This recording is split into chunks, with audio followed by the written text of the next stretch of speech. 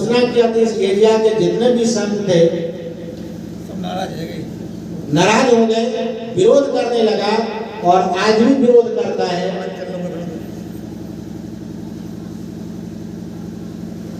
आज भी विरोध करता है, लगता है अभी कहीं चलेगा, धीरे धीरे चलेगा ये। मैंने आज तक इसका विरोध नहीं किया, वो विरोध चलता रहा। मैंने स्वामी से पूछा एक दिन कि आपके इतने सारे संत हैं, किसी को ये दे दीजिए, मुझे क्यों दे रहे हैं आप? तो बोला लल्ला इसमें जितने भी हैं पढ़े लिखे ना उतने पढ़े लिखे नहीं हैं, जितना अच्छा से तुम ये संभाल सकते उतने अच्छे से ये नहीं संभाल सकता है, इसलिए मैंने तुमको चुना है।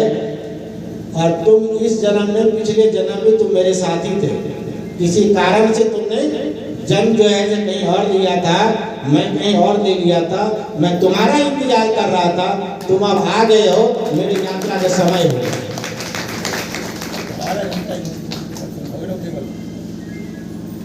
मैं 3 महीना तक प्रधान जी के पास में रहा, बैठा रहा। देखिए गुरु की कृपा कितनी बड़ी है। स्वामी जी जब शरीर छोड़ रहे थे तभी कहता लाला कॉपी लेके आ जा, लिख लिख लिख लिख लिख, कोई पंक्ति छूट न जाए। और वहां प्रवचन स्वामी जी सिखा रहे हैं, कॉपी लेके सिखा रहे हैं कि लिखो, तुम्हारे ज्ञान में कोई ऐसी कमी ना हो जाए कि मेरे जाने के बाद तुम्हें शर्मिंदा होना पड़े। अंतिम श्वास तक, शरीर छोड़ने से 1 घंटा पहले तक मुझे ज्ञान देंगे। सोने भी नहीं, कभी तो मैं थक जाता था, नींद आती नहीं थी, कभी 2 बजे रात में उठाते, कभी 1 बजे रात में उठाते, पूरे दिन जो है बैठे बैठे अकड़ जाते थे, क्योंकि चटाई पर बैठे शिष्य हैं तो चटाई पर बैठे बैठे कमर अकड़ जाता था। गुरु है तो मैं गुरु के सामने बराबर भी नहीं बैठ सकते। तो 2.5-3 महीना की प्रक्रिया में तो पूरी जो है शरीर का एकदम धज्जियां उड़ गई थी। फिर भी डंडा मार के उठाते, उठ लिख, कॉपी का है, पेन का है, लिखो। कोई गुरु इतना सावधानी से अपने शिष्य को सावधान नहीं करेगा। और स्वामी जी यहाँ आए, शरीर छोड़ने से पहले 4 दिन यहाँ रुके भी थे, और यहाँ रुक करके यहाँ बच्चों सबको भंडारा भी किया, सबको खिलाए भी। और फिर यहाँ पर से जाते समय बोला, मैंने कहा कि गुरु पूर्णिमा में कार्यक्रम इसमें आइएगा, तो बोला नहीं लल्ला मेरा ये अंतिम पड़ाव है, अगला जो मेरा स्टेशन है वो दिल्ली है, और दिल्ली के बाद मेरा यात्रा का ही समय होगा, अब मैं दोबारा यहाँ नहीं आ पाऊंगा, तो ये तुम अपना संभाल लो। ये महान पुरुष का क्या है, जीते जी अपनी अनुभूति को दर्शा देना।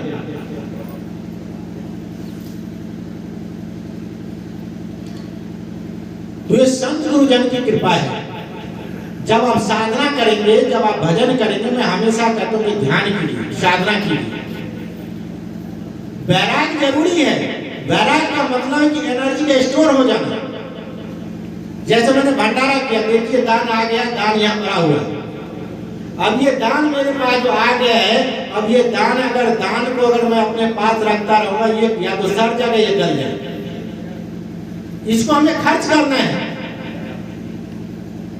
ठीक इसी तरह हमारे शरीर में एनर्जी जब स्टोर होता है, और स्टोर होकर के अगर इस एनर्जी को ध्यान के द्वारा अगर आप एक्सचेंज करना नहीं चाहते, तो यही एनर्जी आपको वासना की तरफ धकेलेगी। अगर आप चाहते हैं कि हम जीवन को सुरक्षित जिए, तो एनर्जी सदगुरु संत के गुरुजन के सानिध्य में रहेंगे, तो वैराग का जैसे जैसे पुष्टि होता चला जाएगा, जैसे जैसे ब्रह्मचर्य जीवन जीने लगेंगे, तो एनर्जी आपके शरीर में आ जाएगा, एनर्जी एकत्रित हो जाएगा, एनर्जी स्टोर हो जाएगा। लेकिन जब तक साधना में नहीं उतरेंगे, वो एनर्जी जो है सो आपके अंदर में खर्च नहीं होगी। वो एक्सचेंज करने की, ट्रांजैक्शन करने की, वो जो आपको एक दूसरे के बीच में जो एनर्जी को कैसे सदुपयोग करें, वो सदुपयोग करने की कला ध्यान है। स्वामी जी 24 घंटा में 18 घंटा ध्यान पर बैठे रहते थे। वो ज्यादा बात नहीं करते थे, न ज्यादा मंच में भी नहीं बैठते थे, साधना में रहते थे। और साधना वाले व्यक्ति के अंदर में जो एनर्जी है, वो एनर्जी की अनुभूति स्वयं हो जाता है। तो इसलिए सदगुरु कबीर साहब ने जो कहा है कि बंदे कर ले आपने मेरा, आप जियत लगो आप ठौर करो कहाँ कर तेरा, बंदे कर ले आपने मेरा, यही अवसर नहीं चेतो प्राणी कठिन काल का घेरा। ये जो मानव शरीर मिला है, इस अगर शरीर में रह करके अगर आप नहीं चेते तो आपके लिए फिर कठिन काल का घेरा है, क्योंकि मानव शरीर एक ऐसा है जहां पर हम रह करके अपने जीवन को कल्याण कर सकते हैं। मानव एक ऐसा शरीर जिसमें मेरा विवेक है, वैराग है, चेतन है, ये चेतना में जागृति है। इस चेतना में जागृति होने के कारण से आत्मा को पा सकते हैं। इसलिए हम भगवान कृष्ण की तरफ गर्भ गीता में जब जाते हैं तो गर्भ गीता में भी कृष्ण ने कहा, अर्जुन को कहा है कि हे अर्जुन, नाना सात पटालों के नाना देवता पूजनम, आत्मज्ञान बिना पार्थ सर्व कर्म निरतकम। कहा हे पार्थ, नाना शास्त्रों का अध्ययन कर लो, नाना देवता का पूजा कर ले, लेकिन जब तक आपके अंदर में आत्मज्ञान नहीं होगा तब तक ये सारे कर्म निरर्थक है। इसलिए स्वयं को जानना जरूरी है। इसलिए कहा कि बुद्ध ने इस बात को कहा कि आप दीपो, आप अपने आप का दीपक स्वयं बनिए। आप क्या है कि दूसरे की बैसाखी पे चलना चाहते हैं, ये दूसरे की बैसाखी पर चलने वाले व्यक्ति हमेशा आलसी हो जाता है। आप अपने आप की ऊर्जा को जगाइए, आप अपने आप एनर्जी को जगाइए, और एनर्जी जगाने वाले में सद्गुरु होता है। आप देख लीजिए, कोई योग में चले जाइए, अष्टांग योग में चले जाइए, कोई मंत्र का चैंटिंग कर, कोई ध्यान करे, कोई हठ योग कर रहा है, कोई जल में होकर के साधना कर रहा है, लेकिन स्वामी जी के सानिध्य में बैठते एक झटका में सभी चक्र खुल जाते हैं।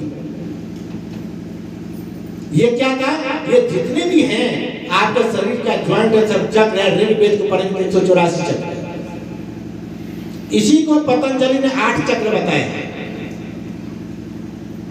इसी बात को सदगुरु कबीर साहब ने कह दिया है। ये जितना भी चक्र है, सदगुरु कबीर से बानी है कि ज्ञानी नाम जब भी चले पुरुषन शीश नभाए, भव सागर में प्रकट भय अवगत नाम धराए, एक अधर से आवे एक अधर म जाए, अधर कटोरा प्रेम का अधर में दर्शन होय, काया से पहाड़ के संत काबे सोय, अमर लोक निर्मल है दो पाजी के बीच, नाम ले धन सा चले काल नवाबों शीश, काल में माते बग्र गुरु किए।